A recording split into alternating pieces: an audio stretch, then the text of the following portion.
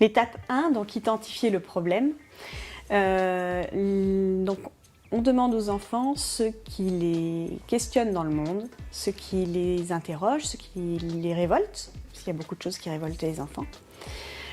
C'est une phase individuelle au départ, et puis il y a une mise en commun qui permet de faire émerger plusieurs problèmes. Certains enfants n'arrivent pas à identifier de problème seuls, en fait. Et parfois, le monde des adultes ou le monde en général ne leur pose pas de problème. Le fait de mettre en commun leur permet de soulever des questions. C'est l'étape qui peut être la plus inquiétante pour les enseignants, parce qu'on se retrouve avec le mur des horreurs. Il y a des problèmes partout. Et comment resserrer? Voilà. Imaginez un problème quand on part de 29 problèmes. C'est un vrai problème. Donc c'est là où les débats entre élèves, l'argumentation va jouer un grand rôle. Moi j'utilise des étiquettes pour que l'enfant n'en choisisse qu'un, et puis on resserre, et parfois avec l'argumentation de chacun, on arrive à, enfin c'est pas parfois, c'est souvent, on arrive à resserrer et arriver à un seul problème. Choisir un problème pour 29 élèves, ça peut aussi susciter des frustrations. Et c'est pas toujours facile de gérer ces frustrations-là.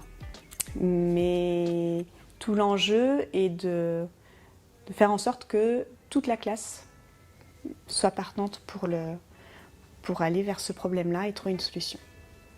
Quand des sujets un petit peu compliqués apparaissent, en fait c'est comme les attentats, on peut avoir le suicide, le harcèlement, la séquestration, c'est arrivé aussi. En fait, c'est une chance que ces thèmes-là apparaissent. Ce n'est pas tabou, on pourrait aussi parler de la mort. Les enfants n'ont pas la même relation à ce type de problème que nous. Je pense que l'inquiétude de l'adulte est plutôt un frein qu'une aide.